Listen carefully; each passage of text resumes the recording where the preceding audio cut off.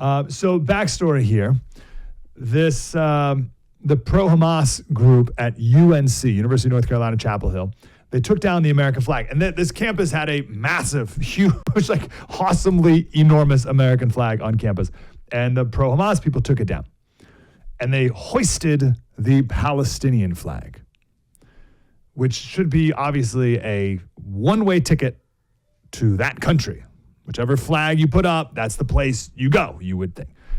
So, like the next day, the chancellor of UNC went out with a security detail, took down that flag, and raised the American flag back up himself. Here we go, a little audio just to the roaring crowd.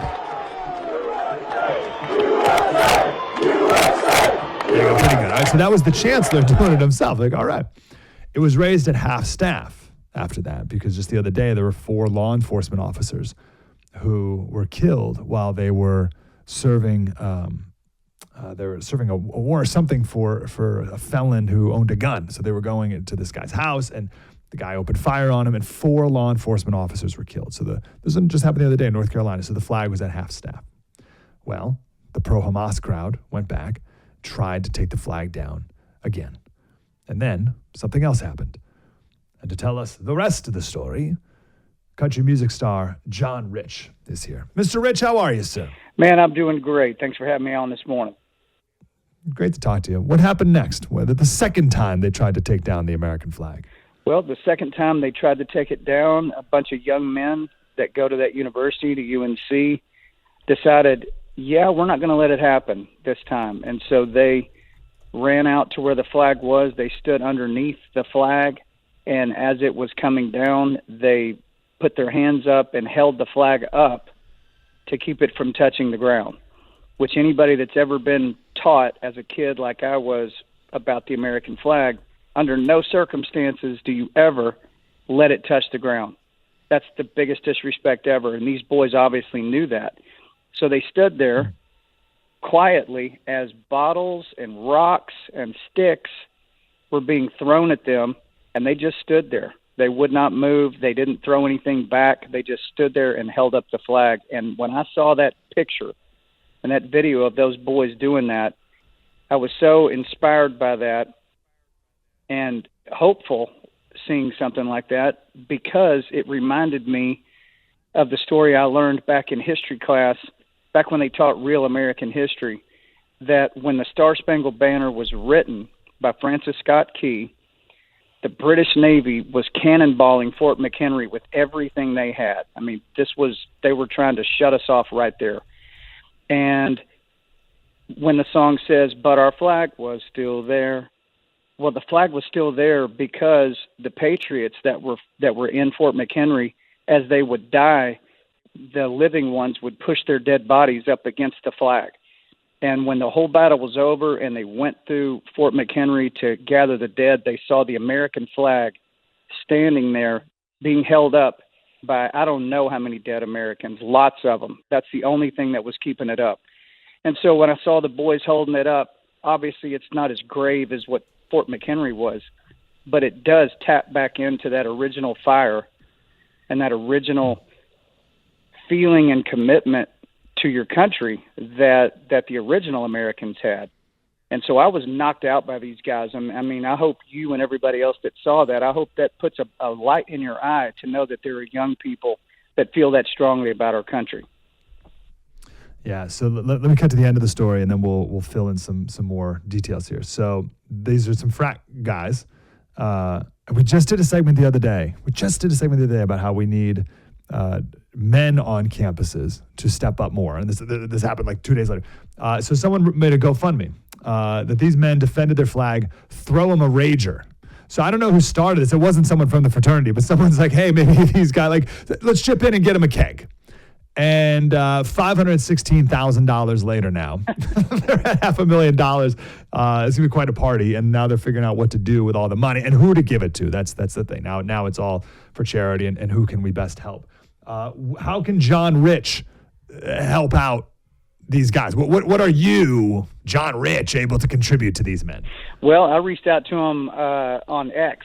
I still call it Twitter, but I reached out to them yeah, sure, and said, hey, I'd like to do a free concert for you guys whenever it is you have this, quote, rager that you're going to throw this big party. Give you a free show because I appreciate what y'all did.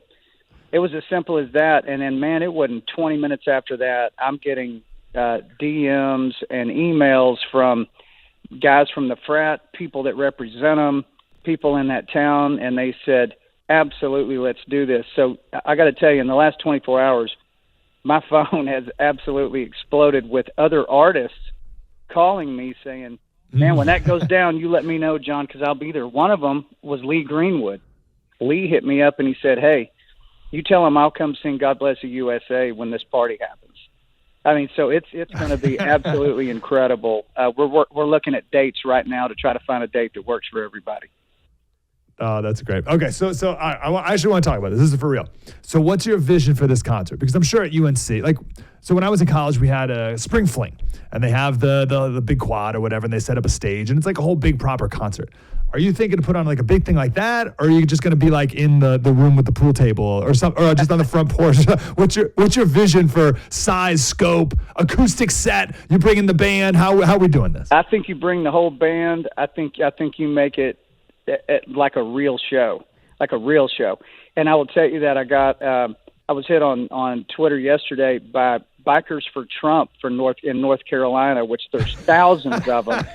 And they said, hey, I'm the president of Bikers for Trump. Whenever you get this date set, just know, he said, you might want to book an arena because we're all coming. So I'm like, okay. Now I'm in, like, can we get a flyover? Like, what else are we talking here? Like, come on now. Let's. I think it's. How big can we? Well, I think it's just going to grow and grow and grow because people want to support that. They want to show up and say, good for you boys, because it's not just those boys. They represent what we have to have in this country to have a future. We need our young people to catch fire for the country and for their patriotism and be seen and accounted and heard from. And so everybody wants to support that. Everybody wants to pat these guys on the back and say, good job, boys, hoping that will inspire other people, other young people around this country to do the same thing.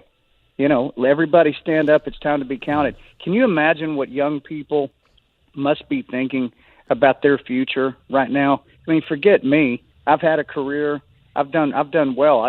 Before all this insanity kicked in. But these guys are in college, about to get out, and they're looking at a future with crazy, terrible economy situations, open borders, world chaos, World War III potentially. All this stuff is going on that they're facing. They should be fighting harder than anybody. And so I think that's why the outpouring of support for this event is so huge. Yeah. I want to ask you, what is there a thirst for in our country? What are we like? What did this tap into? Because you said right there, what did you say? You said they should be fighting the hardest. And I wonder, these Palestinian people, these Hamas people, they get all the attention, right? They're the ones causing the scene. So I wonder how many people like us, you never know, right? I wonder how many people like these boys are the ones that are really out there. Well, I can give you an idea because I have an interesting perspective because we tour. We do shows all over the U.S. And so when Big and Rich, when we hit the stage, I'll give you, for instance, we were in Louisiana about 3 or 4 weeks ago there's 45,000 people. I mean, massive crowd. And at one point in the show, I said, hey, let's all sing a song together. See if you know this one. Now, this crowd had been, they'd been there all day.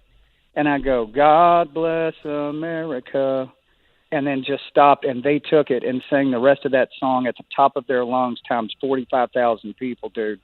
You should have heard it. And that is happening everywhere we go. So they're out there. I think that the real patriots of this country, no matter where they're from or how they vote, people that really love the country, they've had enough. They want to be heard. And I think even when you saw at Ole Miss, you saw the students yesterday just came out and started singing the Star-Spangled Banner. And that shut down the Hamas supporting side of it. They didn't know what to do. Because what are you going to do to a bunch of Americans standing by the flag singing the Star-Spangled Banner as loud as they can? That is powerful. And I see it all over the country. So I think that's another reason why so many people are excited about what the boys at UNC did. It gives them a flicker of hope, especially with the young people. Because I think us, the older ones, we think, well, is the country just done? Because every young person I see in the press is totally off base, off the rails, looks mentally ill. This is what our country has come to. No, that's just the ones you see on social media and the rest. The tens of millions of other young people out there are ready to stand up and do something about it. And I think that's why this is such a beautiful moment. Talking about John Rich, country singer, of course.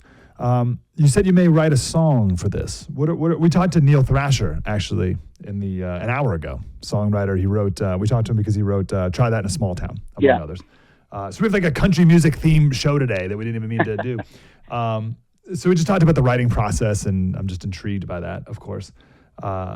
So what are you thinking about this? What do you got? What do you got bouncing around that ahead of yours? Well, I did. I started thinking about it yesterday. Maybe I should call Neil and go, "Hey, you want to get together and write this song about what the boys did?" I think it deserves a song, and again, I think they are just an example of that same feeling that's all over the United States right now. You know, we want to call this event Flagstock, which I think is funny, but it's also spot on. Flagstock. I would like to see Flagstock events break out in universities all across the country. They're about to graduate. They'll come back into school in August. And from August to the election, we know what that's going to be like.